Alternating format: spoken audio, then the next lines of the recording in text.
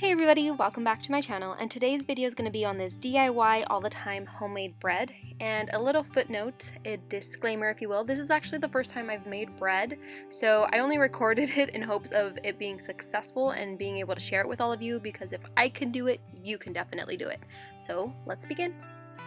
So you first want to begin with your yeast. So in a large bowl, go ahead and pour 3 cups of lukewarm water and then add 2 tablespoons of your instant yeast. And that basically amounts to 2 packets.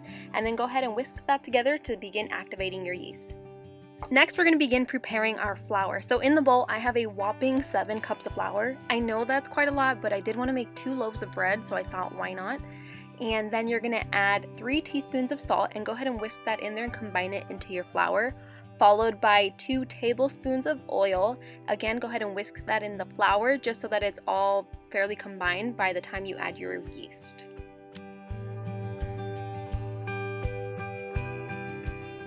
Once you've combined those 3 ingredients, what I like to do to start the process of adding the yeast and combining that is actually kind of creating this well in between all of the flour, just so that I can directly pour all of the yeast into the center of my flour mixture. Then I begin to start kneading the dough. I'm not doing it manually with my hands, I guess you could say. I'm actually going to be using my stand mixer, so I let that go for about 3 minutes and then I return to it to check its consistency. So the consistency is very important at this point, just because at about 3 to 4, maybe even 5 minutes, you start seeing the consistency of your dough. And as you can see, mine is still very flaky, very dry. It's not combining very nicely. So at this point, I know I'm going to have to start adding water. Now, if yours was very tacky and a little bit too doughy and just very sticky to the touch, you'd want to start adding flour. So at this point, I know that I do need to incorporate more water because it is extremely flaky and dry. Not extremely dry, but it's not where I need it to be, which is a very tacky consistency. So what I'm going to do here is start adding water to my mixture, or to my dough, I should say. So a very important step at this point is adding water a teaspoon at a time. You don't want to incorporate too much and then have to go back between flour and water, flour and water.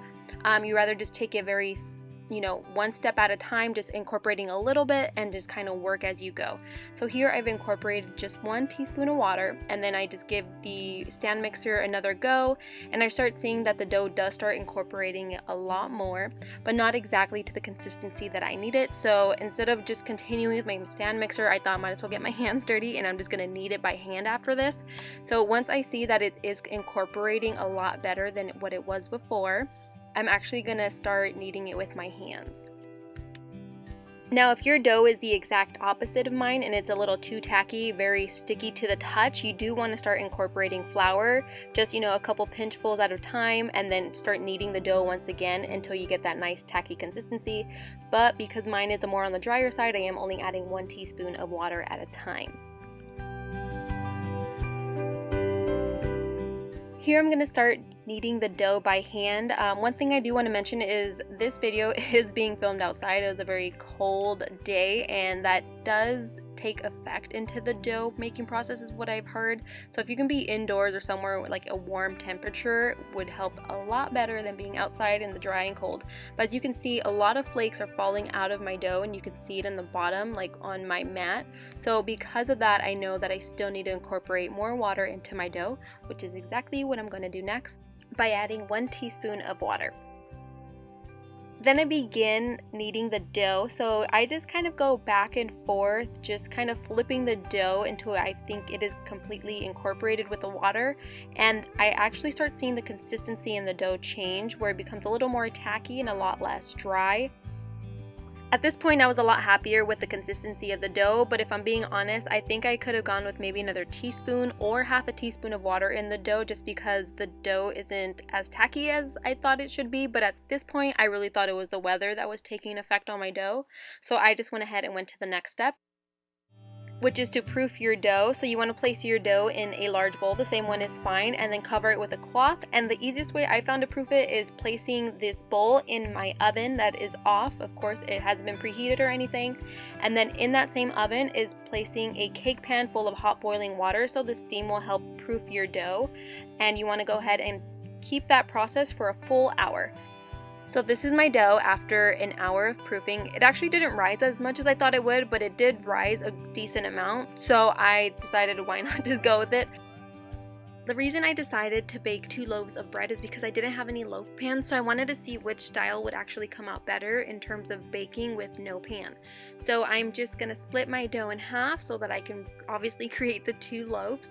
So the first one is just going to be your basic round loaf form. So I'm just kind of creating a ball, just taking the edges of the dough and just rolling them under all of the dough, creating this nice little ball. And as soon as you are happy with its shape, it's ready to go. You just want to set it aside.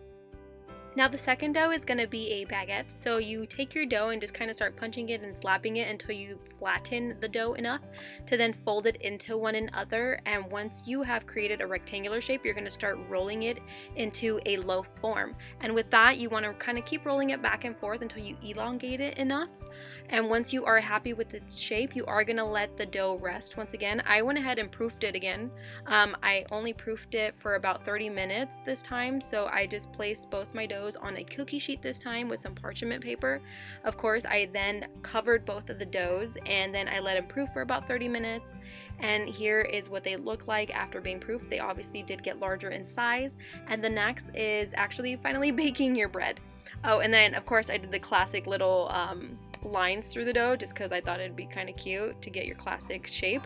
But this is what our bread looks like after it's been baked for 40 minutes. So that was the baguette, and then here is our round loaf. Both of them actually came out great in terms of the texture of the bread and the taste. And I'm not gonna lie to you, warm out of the oven, or just let it cool for a little bit at least let it cool, but with some butter, delicious. All right, well, thank you for watching, everybody, and please subscribe.